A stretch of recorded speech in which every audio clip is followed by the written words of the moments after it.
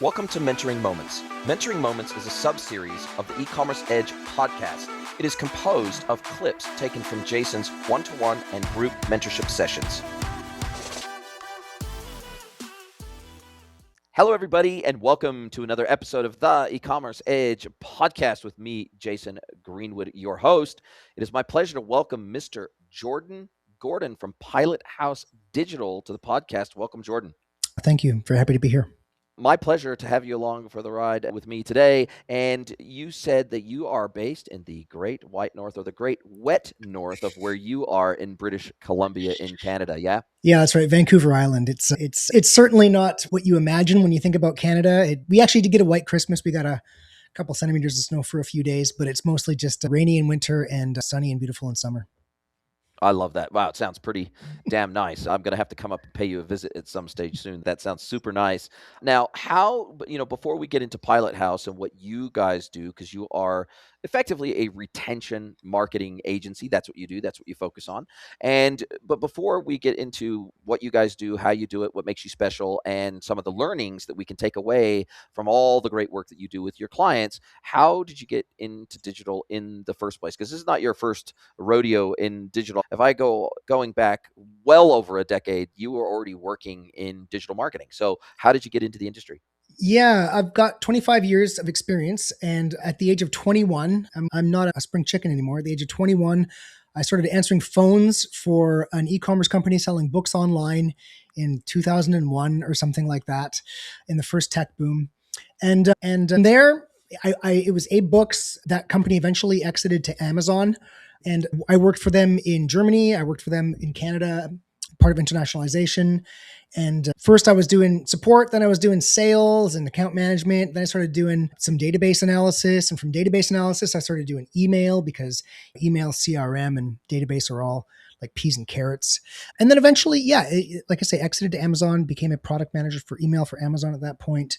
And then after a long engagement of that company, moved and started doing some more startups, did online suits, Indochino.com, made to measure suits online. Wow, they're huge. Like, they're a big player in their space. Yeah, absolutely. It was great to be there. It was really cool. Just lots of good looking guys looking good, wearing suits all day. And that exited as well, did some payments. Then I was a digital strategist for customer experience at Realtor.com, a News Corp company. And so look, along the way, some of the biggest companies in the world, some exciting startups, and a lot of digital marketing, always e-commerce, basically on a website for my entire adult life, just getting conversions. I love it. I love it. And your title's a mouthful, so I'm going to read it to make sure I get it right. Head of Email Retention and CRO, Conversion Rate Optimization at Pilothouse Digital. How did Pilothouse Digital come to be? Like, how did they come into existence? Yeah, Pilothouse does, my focus is retention, but basically post-click. Pilothouse also does a lot of advertising. So there's a lot of services that we have. And every interest rate cycle, I've been around for a while now. I've actually worked through 3 interest rate cycles. Every interest rate cycle, there's this point where costs go up, margins get compressed, and you need low cost revenue. And that's suddenly every 5 years or so, it's like plaid. Email is just in. Yeah. And there was a point when email was just in, and Pilothouse was just focusing on ads. And they said, hey, we got to build this out. So I came and built a team there. That email retention team, we just did our 4th Black Friday. And I took strategies that I built working for some of the biggest companies in the world and successful startups. And then, of course, email isn't the only bottom of funnel activity.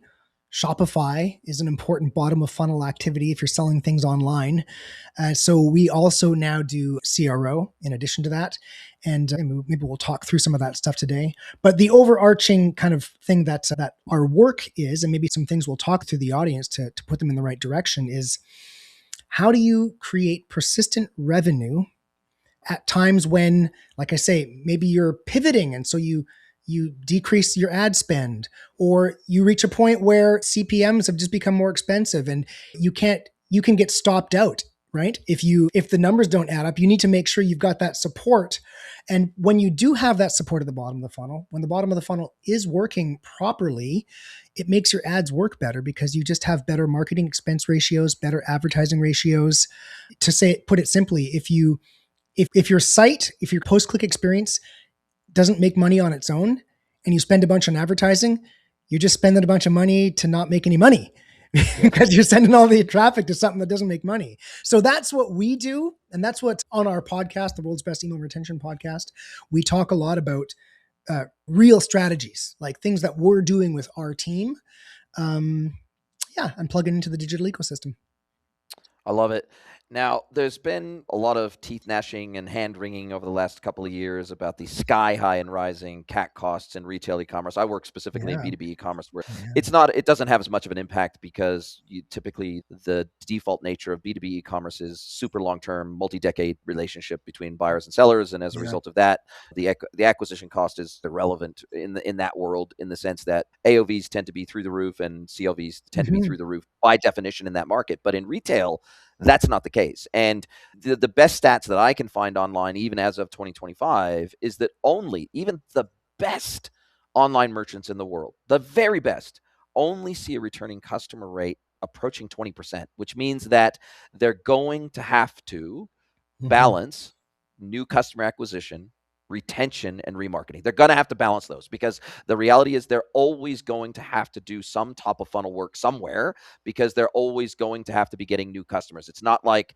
like I said, even the very, very best brands in the world cannot rely solely on returning customers for business growth. They just can't. And so there's this real challenge, I think, in a sky high and rising CAC environment and a complexity of customer acquisition environment.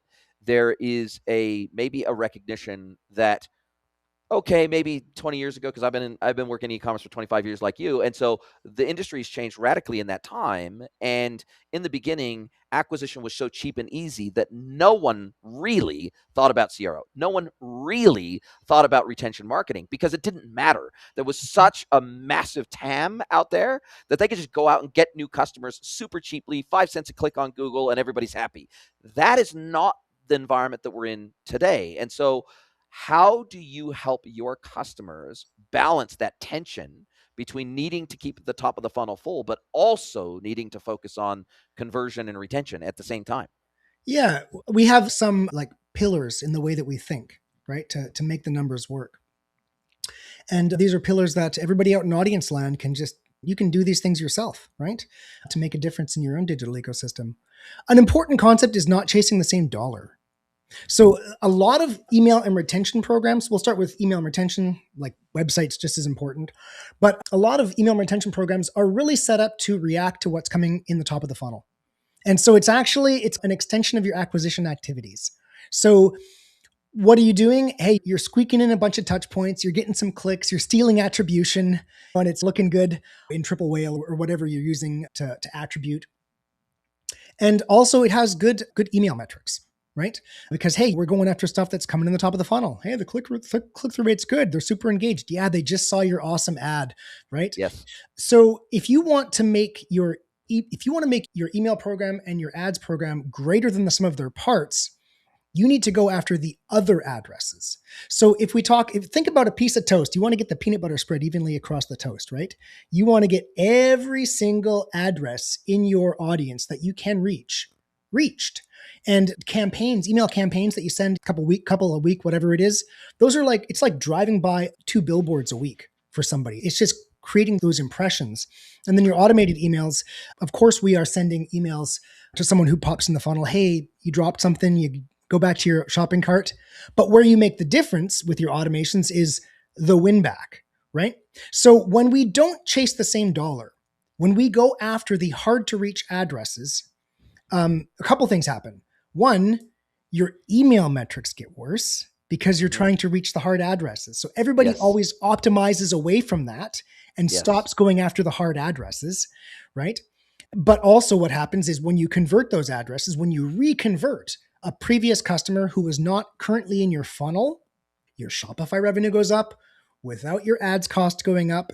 Your kind of marketing expense ratio improves. Maybe it goes from 30% to 25% or whatever it is.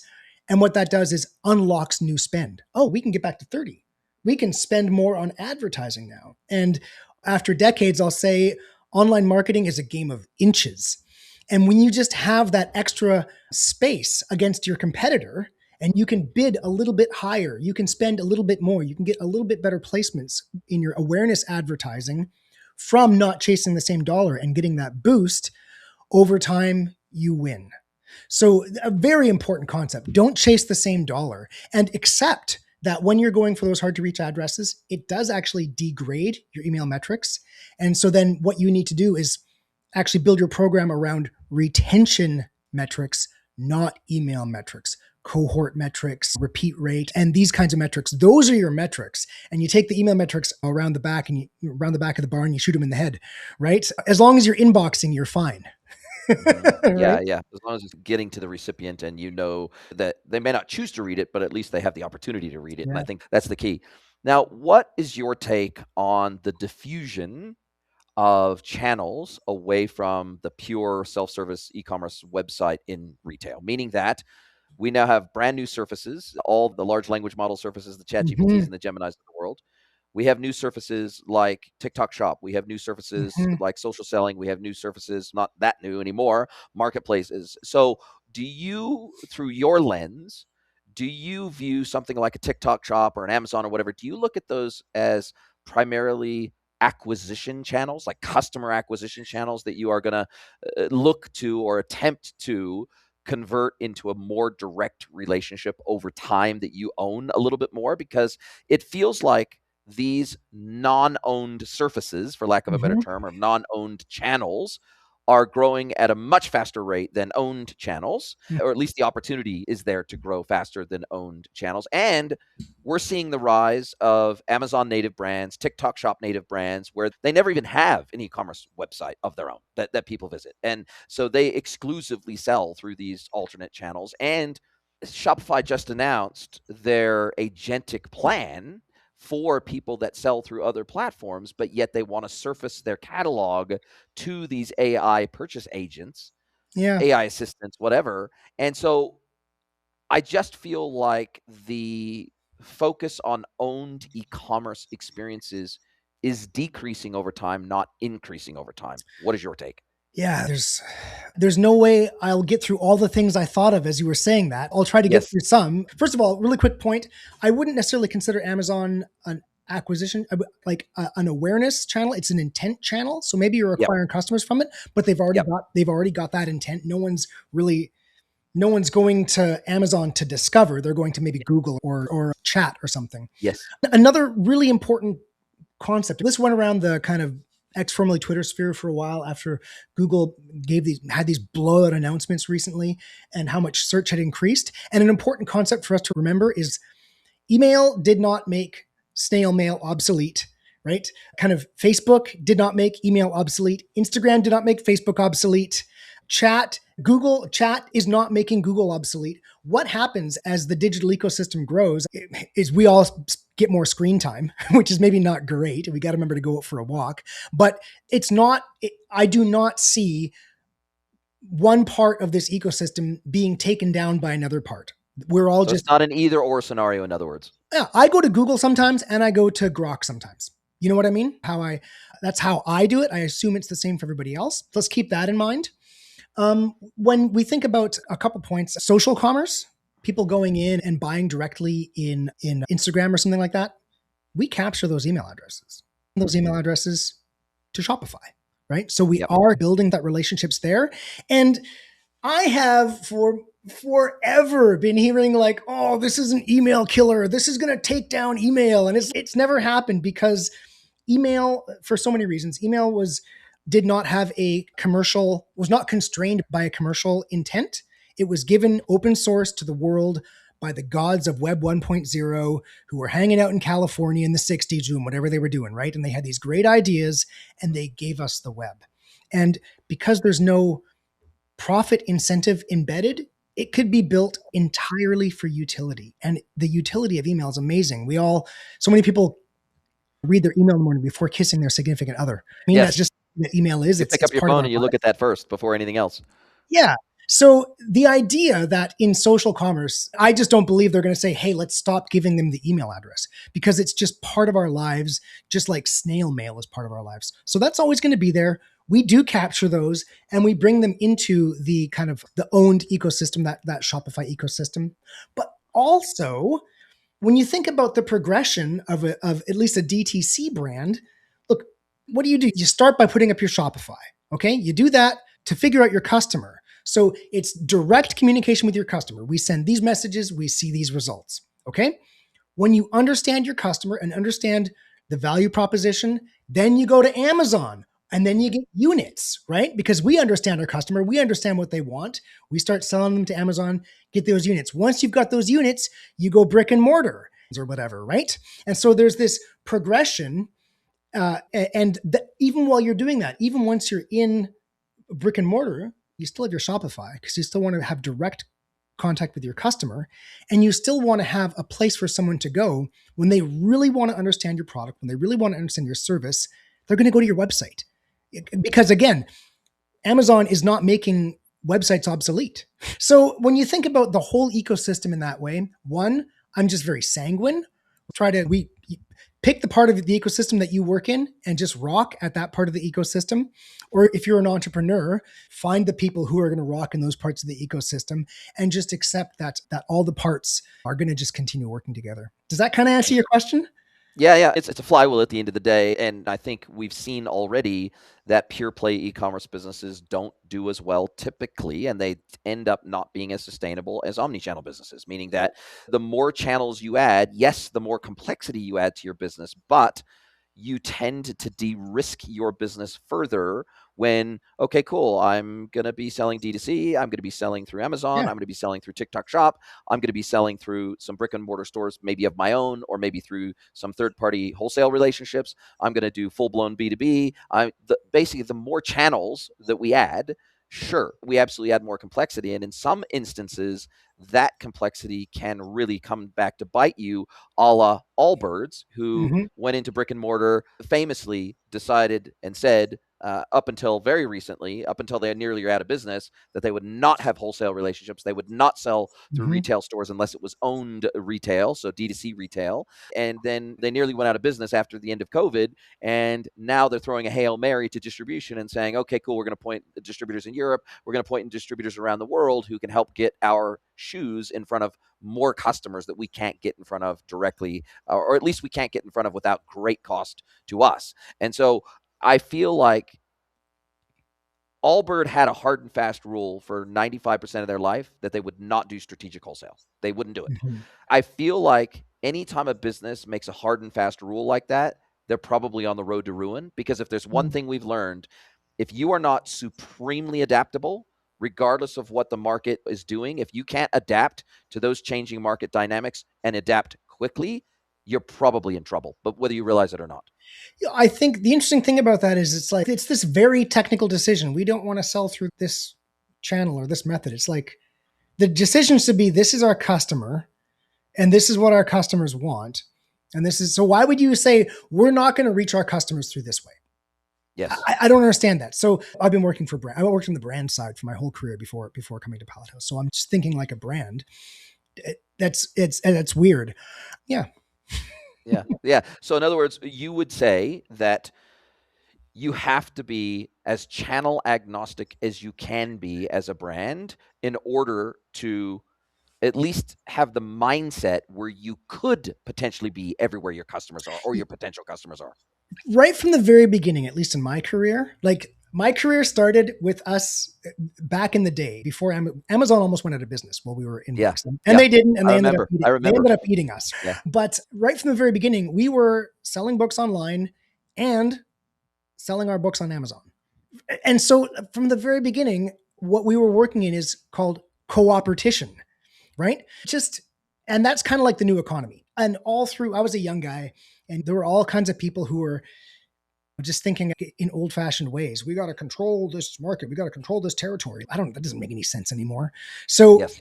ultimately, if you're a growing brand, one theoretical model to use is just increase units, because when you increase units, you will get better manufacturing. Unit economics terms. improve. Yeah. And so you want to increase, regardless of where the unit goes, you want to sell the unit. So yeah, that kind of just plays perfectly into what you were saying there about making weird decisions that don't really make any difference to your customer, right? Yeah, or that don't, is that the hill you want to die on? In other words, Yeah. I can understand like an Allbirds dying on the sustainability hill because that was Yeah. always their pitch from day one. I could see them dying on that hill. but to die on the no wholesale hill, Yeah. But that's for like, that their makes no sense customer, to me. right? Dying on that, on the sustainability hill would be for their customer because their Exactly. customer wants that. Exactly. Yeah, exactly, Yeah. right? Not because they don't wanna give away margin to a wholesale partner. And so it's insanity to me that a business would simply say, "We're gonna exclude channels where we might have a partner who can get in front of a customer cohort we will never reach because they shop in a specific place, or they shop in a specific region, or they shop through a specific store that is their favorite local store, their favorite local shoe store, for example, or their favorite local department store." And you're never gonna have the chance to win that customer online, for example. And so you have to admit that there's no chance, no matter how much money you spend, there are certain customer cohorts you cannot get in front of, and you need partners to make that happen. There's another theoretical model on this, an advertising model. So two things, right? What is marketing? You got a product, you got an audience, you send them a message, audience, message, product, amp. Let's amp it up, like Yes. right out of the textbook. So look, a lot of our work that we do, I love this conversation, by the way. This is a great talk. Thanks for having me on. A lot of our My work pleasure. is actually changing consumer behavior. If you want your product to be a household name, you are going to have to go beyond that 5% of people who are ready to buy. You because we see this with small DTCs. They come along and they're like, our growth slowed. Yeah, you've got this climbing product, and there's probably 100,000 people in the US who need that climbing product, and you've sold it to them. Wow, your CPMs are getting expensive, right? you They've done the buy campaigns, and you've got to go Yes. for awareness. So you go up and you do awareness, and you find the people who could be your customer and Hmm. explain to them why they should be your customer, right? And then why, hey, it's no longer here's this specific, I used to climb, here's this specific climbing tool. It's No, this now, carabiner or yeah, whatever it is. exactly. It's now, oh my God, how amazing it is to climb. Yeah. And So that's, we're trying to evangelize our sport, for example, that's or right. we're trying to evangelize whatever it is we're doing to actually make the pie larger to begin with. Instead of just trying to get a bigger piece of the existing pie, let's try to expand the pie so that then we have a larger TAM to even go after. Exactly. Total addressable market. That's exactly right. And who does this better than Red Bull? Yeah. I drink Red Bull just because of their awesome stuff on YouTube. Yes. Okay, let's say we have changed the behavior of a large group of people in the US or whatever your market is. You've done it. Yep. You've changed the behavior. Okay, once that you've changed the intention. Yeah. Once you've done that, it's a very simple calculation. The more places they are able to purchase your product, the more sales you will have. Period. Yes. Yes. You need to then have availability for them to purchase. And some of it's really, fairly like opaque stuff. Hey, we pay this much to be one shelf higher in the store. Like that kind of stuff happens out there, right? People, obviously you pay for where you are on the shelf. And then there's, okay, yeah, do we have our own Shopify? Are we also on Amazon? And just having it so that everybody can reach your product in every place. So we're talking about this brand that I'm actually not familiar with the brand that you were discussing, but we're talking about them, one, doing all these things to change the consumer behavior, which is the first half of that, and then saying, but we're not going to make our product as available as it could be. So people who we have reached them, they're not going to be able to find us. They're not going to be able to find the product. And that's not the way you do it. It's not the way you do it, Yeah. right?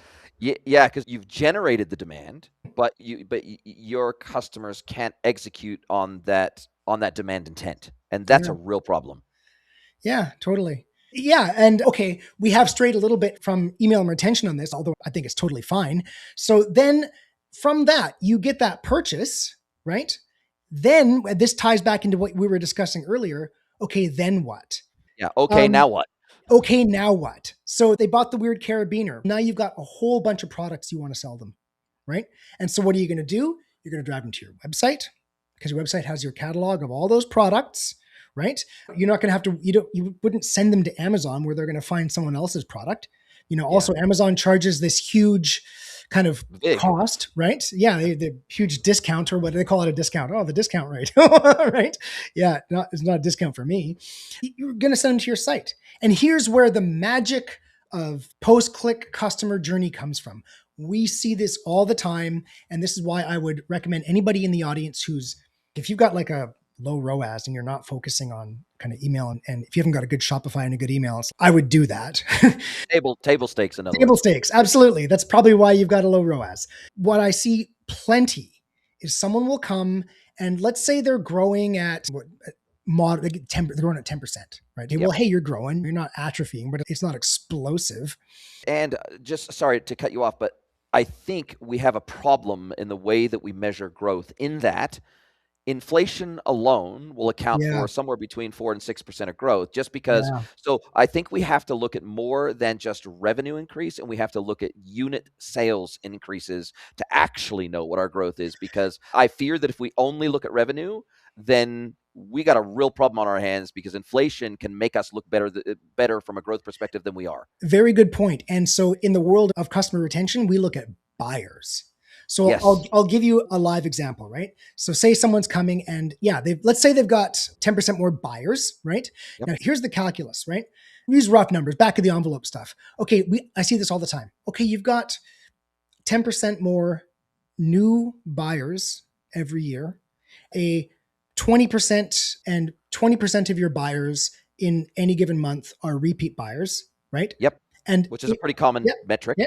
So if we got that to 30, and what can happen is someone shows up and they weren't doing don't chase the same dollar, they weren't remarketing to their customers. First of all, you've got this like dry tinder. That's just very easy to just blow that thing up. So in the first year that you do retention, because you have all this dry tinder, you get that thing from 20 to 30, or say 20 to 31. Well, actually, repeat customers are now more than half of your incremental year-over-year buyers. And all the time, first year that you start doing this, You kill it. the majority of your growth comes from repeat business. It's the way your P&L works. All that extra growth with no ads. It's so stark. It's so stark. And then, so after that first year, when you get that dry tinder explosion, then you're competing against yourself. Then it's harder again. You got to really prove you're a man then. But the important point then is having a really good recycle, so that all the addresses that come through get pulled back into your campaign window. This is now technical, but you want to give them a killer offer, generate the open. The open puts them back into your email campaign window. And so if you're doing that recycle properly, again, just round numbers, we use like something we call the mailable list. This is now super technical. It's just an address that someone can email any given Tuesday, any given Wednesday. You can email this list of addresses. So your unique opens, your adjusted unique opens, which is opens cut in half to account for Apple privacy opens, sorry, super technical. Your adjusted unique opens should be 1 to 2 times the size of your mailable list every year, so that you know, in the very least, every single address is getting recycled every year and making it back into your campaign window, so that you know you are driving those impressions you need to drive over a 2 to 3 year period, because you can send them coupons and stuff and try to drive revenue forward, but overall, people make their second purchase when they're good and ready. So you need to have, or when they have the need. Yeah. That's exactly right. So it's this 2-step. 1, blow up the dry tinder, and 2, while you're doing that, get that really technical reactivation set up to recycle your addresses.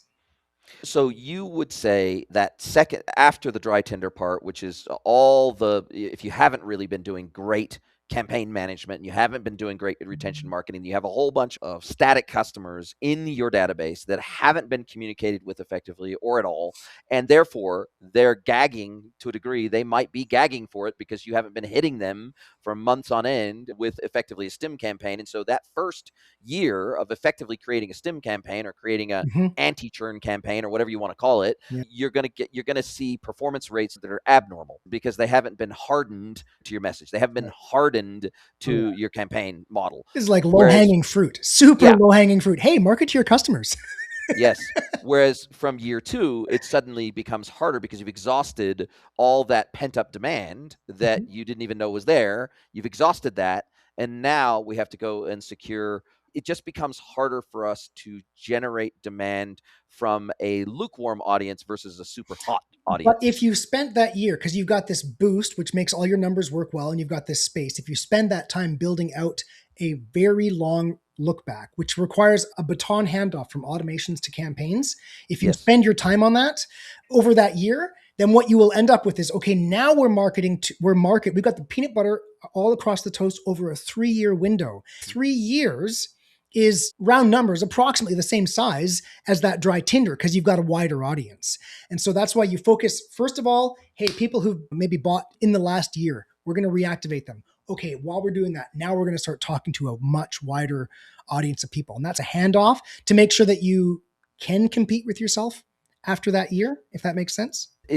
Do those windows change depending on the average repurchase frequency of non-churned customers? Meaning that, okay, cool, for every customer that's bought with us at least twice, if we run this metric and we say every customer that has bought from us at least twice, the average time between those purchases is 18 months, say, for example, or 24 months, say, for example. The average means they haven't churned. It just means that instead of a 12-month look back window, instead of using some arbitrary number for your churn, you say, look, 180 days.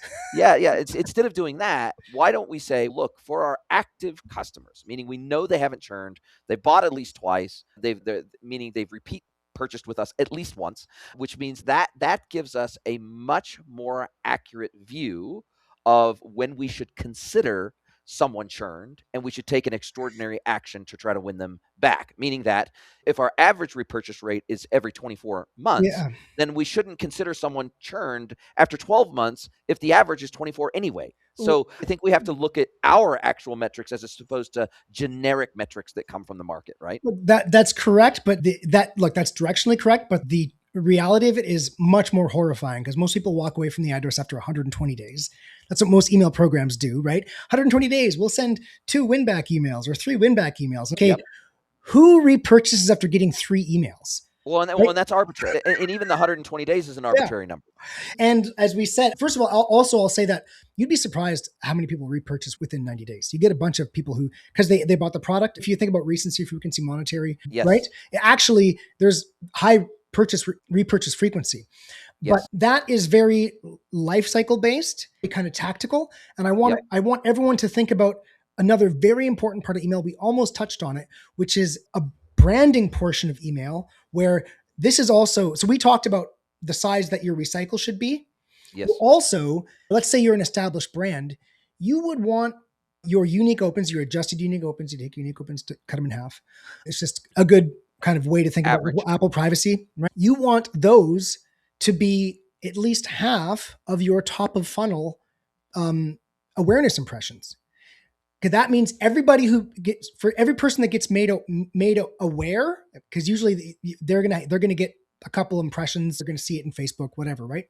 For every one person that's made aware, or for every 2, you reinforce the awareness for at least 1, right? So at least one of those people that comes in. Sorry, so let me make sure I understand this. So let's use a tangible example. So if, for example, I do a Google ad or a Facebook ad, someone comes to my website, or two people come to my website, and even if neither of them purchase in that first session, that first land, but one of those people signs up for my newsletter, even if they don't make a purchase, now I have permission to communicate with them and to try to turn them and convert them. Even if they don't convert on the website, I now have a chance to convert them into a customer from email. That's exactly right. And you nailed it exactly. If you think about half the people coming to your site, entering your permission, hey, 10% off. If you think about that, then what you want to be doing is you want to be reinforcing the awareness for them over a 3-year period.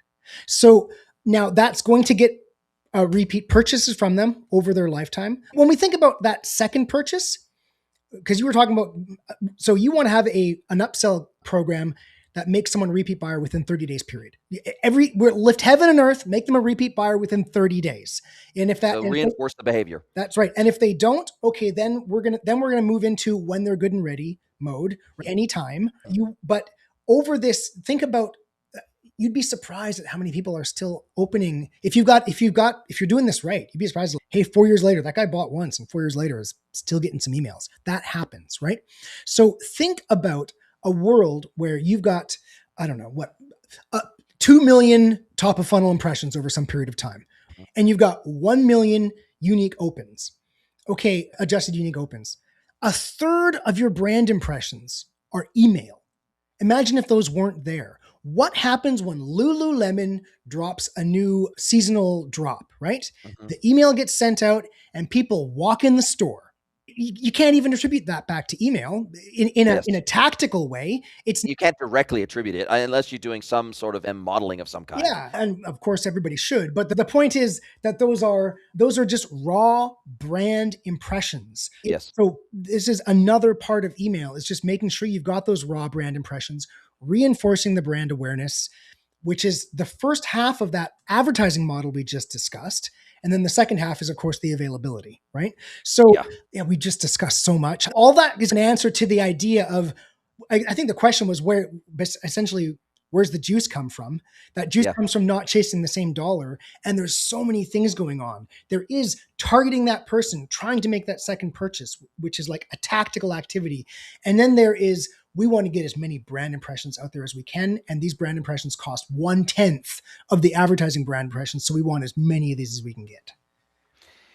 And what is your take on? So I used to run e-commerce for a very large, what was the largest online retailer of natural health products in New Zealand. Ran e-com for them for a number of years, and so they weren't D2C. They were an aggregator retailer, and the challenge, or one of the things that we tried to look at, was what is the right balance between educational and entertainment based campaigns or life cycle based Mm, campaigns versus promotional campaigns. yeah. And so for us, we tried to make sure that at least 25% of all email Mhm. was purely educational, entertaining, Yeah. brand reinforcement. Hey, look, this is what we're doing. We did a massive campaign with the Department of Conservation in New Zealand where we fenced off an entire conservation area, for example, and the brand was very socially conscious. And like 25%, circa 25% of all email had no promotions in them at all. It was, Mhm. hey, here's what we're doing in our local communities. Oh, hey, here's what we're doing to give back. Oh, hey, here's a spotlight on somebody we employed from a local community. Oh, here's what they do inside the business, and here's how they contribute back to the business. And so we always tried to have stories running in parallel that had nothing to do with sales, Mhm. and to create brand affinity that at some future date might lead to more sales. And so there was this real sense that we don't want to be perceived as purely transactional marketing. We never wanted to be perceived as that kind of brand. We wanted to be perceived as a conscious brand working with conscious brands, meaning that we sold brands that had a social conscience built in to their go to market. And so what is your thought around pure Yeah. transactional marketing emails versus brand building, educational and entertaining emails? Look, great question. I'll tell you how I think about it. First of all, theoretical realm, if you want to build an audience, you need to add value and respect people's time. Bottom line. And that's not just an email. That's, don't call your buddy, hey, what are you doing? Hey, what are you doing? Hey, what are you doing? You're not adding value. You're not respecting his time, right? It's more like, Yep. hey, why don't you come and do this? I found something for us. Let's go golfing. Yes. Oh, okay. There's some value there.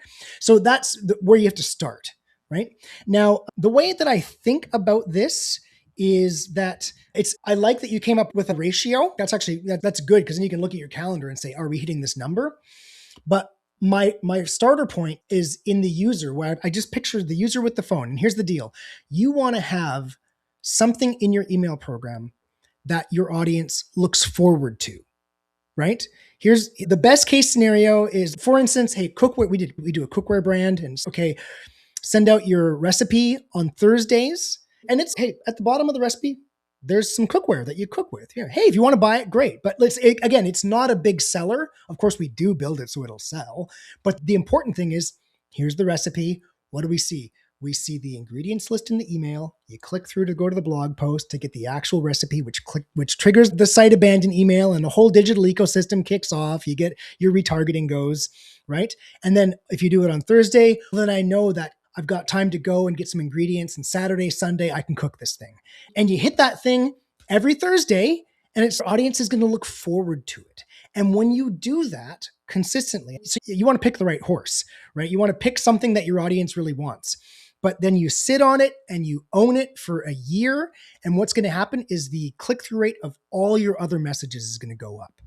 because you've built a habit of having people look at your messages, right? You're just building the habit of thumb goes here. That's the habit you're trying to build. It's because humans are so simple. Oh, I lost you. You're muted. Sorry about that. Sorry, no, that's me. So if we look at building a habitual connection with our customers, so if I train my customers to expect a brand new recipe in their inbox every Friday or every Yeah. Thursday or Yeah. whatever it is, right?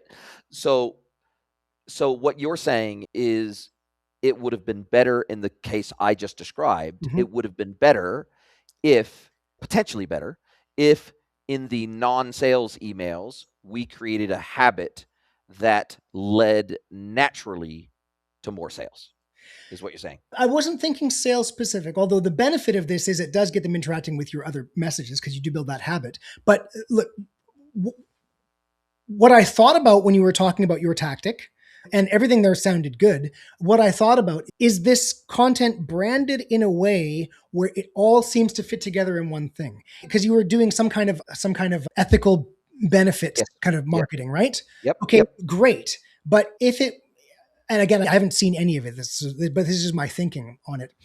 If it was presented in a way where it's always, it's a little bit of this, a little bit of that, and it's not, doesn't really fit into one, think about branding. It doesn't really, it's like a little sub brand. If it Yeah. packaged, a way to augment it and make sure it performed better would be to package it in this sub brand where it's your kind of World Wednesdays and do that. And they all fit together over the course of a period of time to boost on that engagement because it's something someone looks forward to. And I'll give it like a shout out to Ancient Forest Alliance here in BC, Hate to Pieces. Look, they protect old growth trees. That's what they do. And I've been on their list forever. I subscribed for a long time. I'm sorry, guys. I think finally I changed some credit card and my subscribe went away, but I still get their emails because they've got these beautiful pictures of trees, just amazing pictures of trees, right?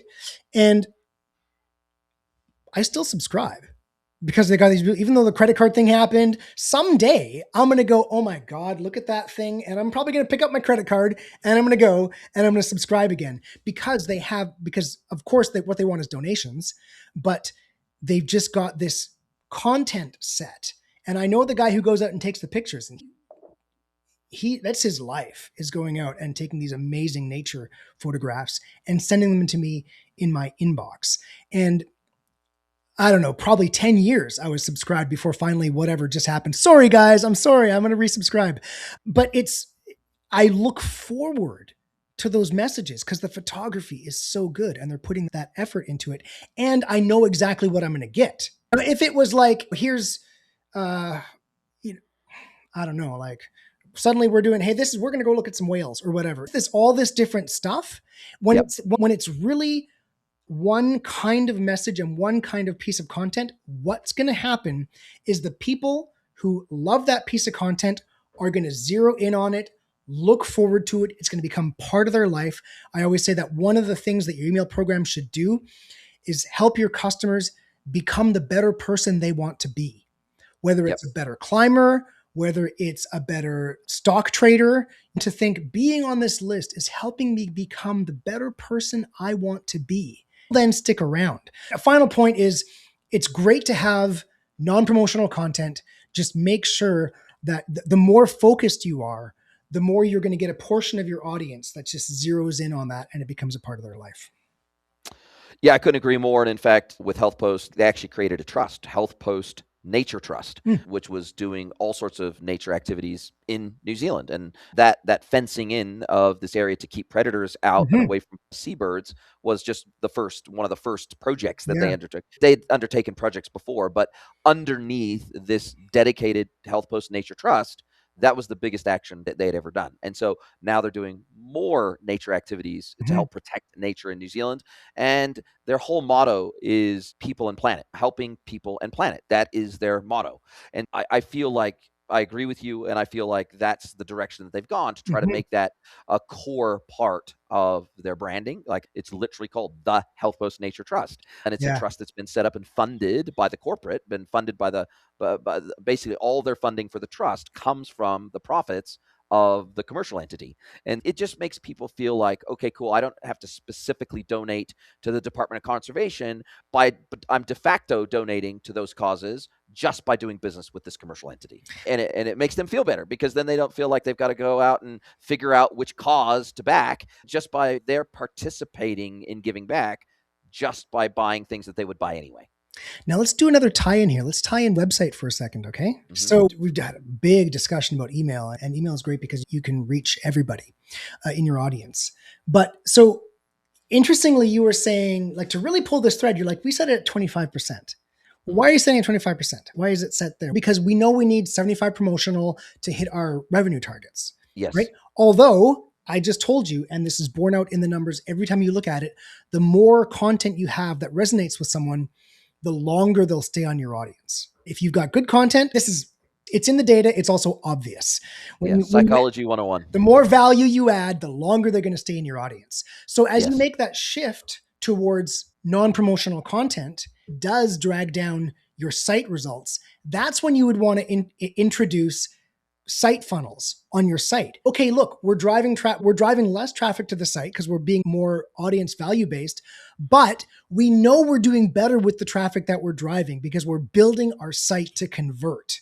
And I'll just talk really quickly about how I think about this, and everybody out in audience land, these are tactics you can apply today. I want to add as much value as I can to the e-commerce edge audience. So just think about a 5-5-5, like nice boiled down. We can all do these things. Right?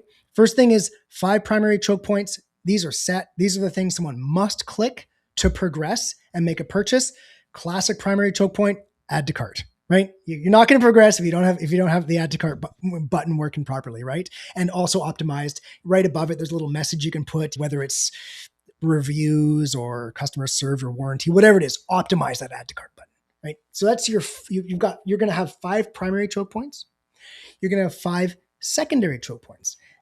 Secondary choke point is the thing on the page that drives the most attention other than the primary choke point. And this might be the kind of image gallery, or it might be a features and benefits section, or it might be a video you post and you're drinking your espresso at the cafe. That's your secondary choke point. And obviously whatever your secondary choke point is, it should direct people conceptually towards the primary choke point. Sometimes in the analysis, you're like, why is this the secondary choke point? And that in those cases, let's just cut this off the page.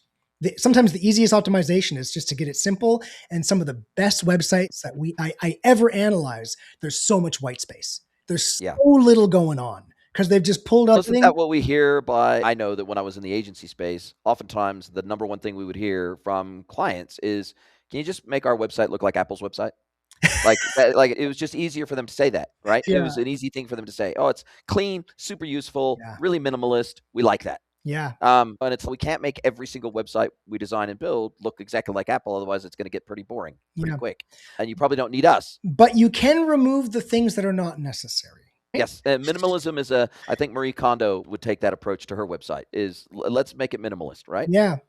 So then you got your 5 primary, your 5 secondary. Every website has these. And so if you then think about 5 funnels, and I'll just give this amazing example from someone that we audited. It's like an industrial good. And you know what? If it's an industrial good, maybe it's like a kind of just a bunch of blue collar guys. So their website wasn't super optimized, and it's not a slight on them. They're out there making real products that change the world. I'm like sitting back with my latte. So all the respect for these guys who are really changing their industry. Website's a mess, right? I went to their website and you see their branding on the top. And then on the site, like above the fold on the homepage, they were advertising another brand. It was like, so they're like selling a banner ad or something like that? No, it's from their portfolio of brands. Okay. And someone saying, we want to push this thing right now. And I wasn't behind the decision, wherever that happened in corporate, but obviously weird marketing decision. And so and then also this company, 25% of their sales, they got a big catalog, a lot of different stuff, but 25% of the sales comes from this one product. So, okay, look, obviously what we should be doing is testing above the fold, show that product, maybe a video of it being used, maybe just a still, a really good headline. The headline summarizes the brand and the product in one, really well thought out headline with a button that goes right to that product page. Okay. Yep. That is going to outsell what they were doing before. I guarantee pretty much every website's number one page, unless you've got like a crazy blog experience, everyone's number one page view is their homepage.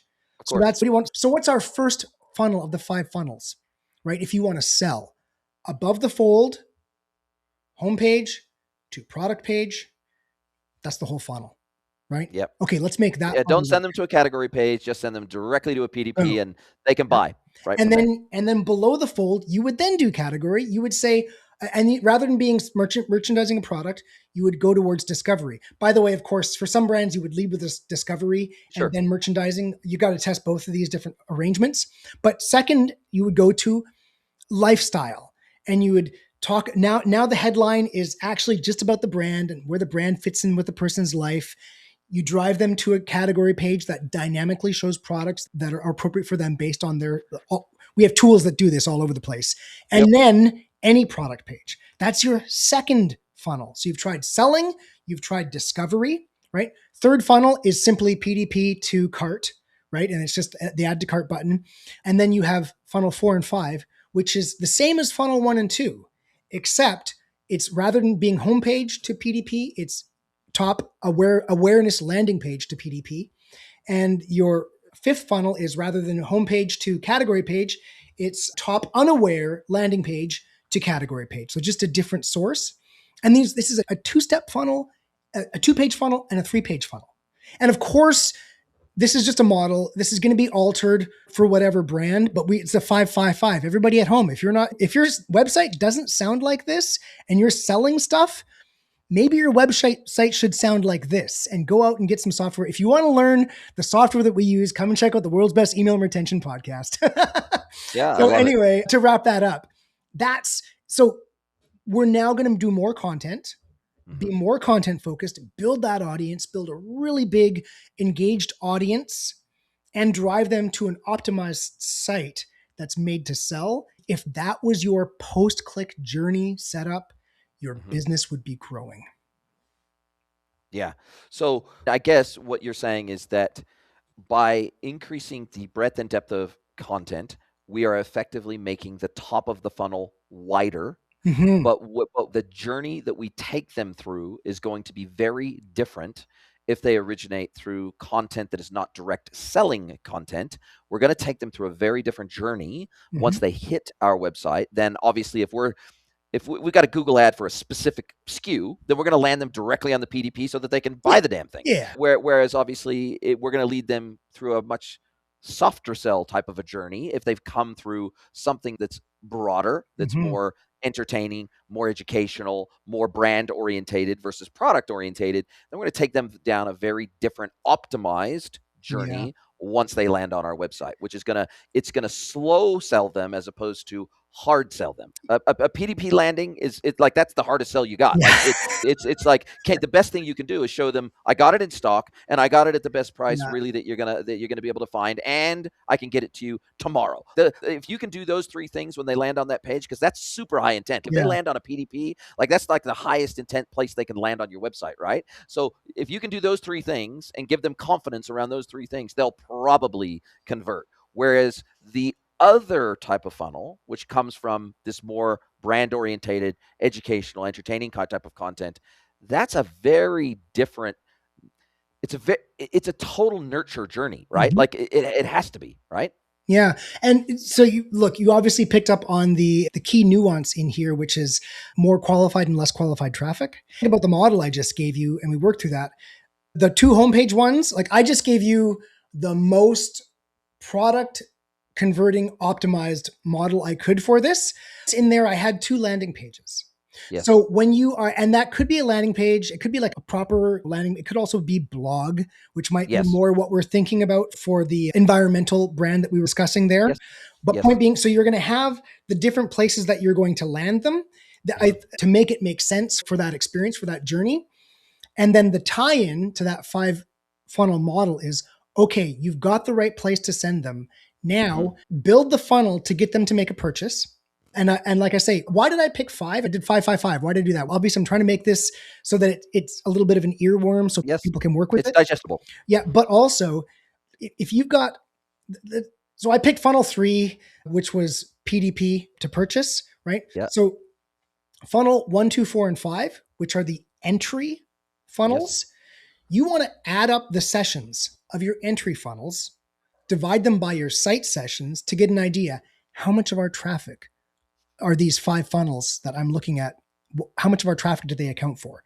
If these things are like 10% of your traffic, this actually is not the right strategy. You need a pure discovery strategy, right? But if it is a meaningful amount of your traffic, if you've got a manageable number of SKUs, then you can build these funnels so that you're peeling off and looking at a large amount of your traffic and making sure that people are starting the funnel and completing the funnel. And this was one of them was homepage to product. That's a really easy funnel, right? We want to make sure they complete without meandering. If they're meandering and going throughout the site, adding clicks, checking this out, it's because they don't have the information they need for them to progress. You start this kind of testing and optimization process to make sure people do complete those funnels. And so, land them in the right place, and the quickest possible path to get them to add something to their cart, the quickest possible path from that entry place that makes sense. And that's what gives you the leverage to go full content in your email program. Yeah. Gotcha. Wow. What an educational hour it has been. And the hour is absolutely rushed by. Like I said, I love having people on my podcast who are experts at things around e-commerce that I am not. Because it's an education for me. It'll be an education for my audience. And I absolutely love that. This has been so fascinating and I've learned so much. Now, if you could change one thing about your industry, like the space that you play in, if you could sprinkle fairy dust on that, if you could snap your fingers and change one thing around the retention marketing or the CRO space, what would that be? Oh, can I give 2? I got to give 2. Sure. I've gone and I've analyzed, for instance, Everlane, American Apparel, Urban Outfitters. I worked in fashion, so I've just analyzed email programs for a lot of top fashion brands. And these brands will email me 1.25 to 1.5 times a day. The reason they do is because they can, because you are, the more storied and established your domain is, the more Gmail will trust you and will inbox for you. And why do they do that? I unsubscribe to these programs because it's too much. You know what? Back at corporate, they don't care. They're like, if we don't hit these quarters numbers, we're public. If we don't hit these quarters numbers, we're all gone. So they're like, oh, you came in the funnel, I'm going to hit you 1.5 times a day until you convert. Or if you don't, or you unsubscribe. Yeah, that's right. And I'm fine with that. So God, that just ruins my inbox essentially. And I hate it. Additionally, I won't name any names, but there are these products out there that email people who have not expressly given permission on your website. I don't know if you're familiar with any of these products. Oh, yes. Yeah. And so I had a friend he's a good buddy of mine, and he's like a software architect. He's very well established, brilliant guy. And he just said to me one day, you can't email me anymore. I'm off email. You got to contact me through Telegram. No more private email, because he'd gone to so many websites where he didn't give permission and they'd started emailing him. Right. And so the likes of retention.com or whatever those technologies are. All those sites. So if I could pick any one thing that was actually a risk to the email channel and could cause the email channel to go obsolete as a utility in our lives, it is people saying, this thing's full of garbage now. And so that happened to my buddy. He's like, I'm just going to stop using this. It's so garbage now. Wow. It's actually an existential problem for email if it isn't managed. And when we think back to, 2012 or whatever, when I was a younger man, I remember we had to do this Can Spam Castle stuff. Yes, I remember. Yeah. My whole life stopped and everything was and that was a time when email specifically, I think was seen as like a societal good, because we were all getting behind the internet, and we were all hands around the world unite, right? And so it had this crazy kind of state level support. And now things are different now. Emails, oh, all these weird extremist groups, we can't stop them from communicating through email. It's just a different channel now. It's got a different kind of social place, right? Oh, we can control Facebook, but we can't control email because email actually is a distributed protocol. It can't be controlled. So Correct. so bottom line, that's weird, but it's the way I think. So bottom line, it's no longer has the state level support. I think they're basically just don't care. Email's thing, right? So Yeah. what's that mean? Without really the threat of being sued because Yeah. I'm not following permission because no one cares anymore, it just becomes a muddy, soupy mess. So if Yes. I could pick any one thing other than, hey, Urban Outfitters, don't email me 1.5 times a day, it would be, let's really put some legislation together to to deal with the gray area that these companies think they're in. Yep. It doesn't look too gray to me. It looks pretty black and pretty white. I think the activity is illegal. I think just no one cares. But Yes. let's regulate it out of existence, if you ask me, to make our inboxes a joy to interact More with. protected again. Yeah, just to respect my inbox. What's wrong with that? Yeah. Right? Yeah. To your point, even here in Mexico, Costco hammers like all the lists that I'm subscribed to, Coppel, Costco, all of them. These are all multi-billion dollar companies. Even the supermarkets I'm subscribed to, etc. They hammer me at least 4 times a week, at Yeah. least. And I'm just like, guys, this is just not. And I've already unsubscribed from some. I'll probably unsubscribe from the rest of them soon Yeah. because if they don't back off a little bit, because I have a preview pane set up in Gmail, and so therefore every single email that I'm going through gets opened, so they see it as an open. So they're like, "Oh, this person's engaged. We might as well just keep hammering them." And it's The like, second I wow, see that's that bad. stuff, I actually just hit spam. I don't even unsubscribe. When someone's doing that Yeah, to me, I just hit spam, and I'll if there's two in my inbox, I'll just hit spam on both. yes, It's yeah. just get out of here. Yeah, it's crazy days for sure in our industry. Look, it's getting even more diffuse. It's getting even more complex with chat agents and everything else. It's becoming more exciting, more opportune, but more complex by the day. So we're going to have to all wrestle with this kind of stuff on an ongoing basis with new Mhm. surfaces being exposed to our customers. So very exciting times. Now, I will drop a link to your LinkedIn profile and your website in the show notes. Other than Mm. that, if people want to reach out to you and they want to learn more about all the things we've discussed today, where is the best place for people to find you? Yeah, check out the world's best email retention podcast. I'm your host Jordan Gordon. You're everywhere? Yeah, You're that's all, right. Spotify, Apple, YouTube, everywhere? Yeah, we're YouTube, Spotify, Apple. That's right. And if you want to reach me, you can just come to pilothouse.co, fill out the lead form, and I'll speak to you directly on all the kind of activities we discussed today. But when you think about what's the pod for me, it's kind of a little bit of passion project. I got a huge career. I want to just have it recorded somewhere.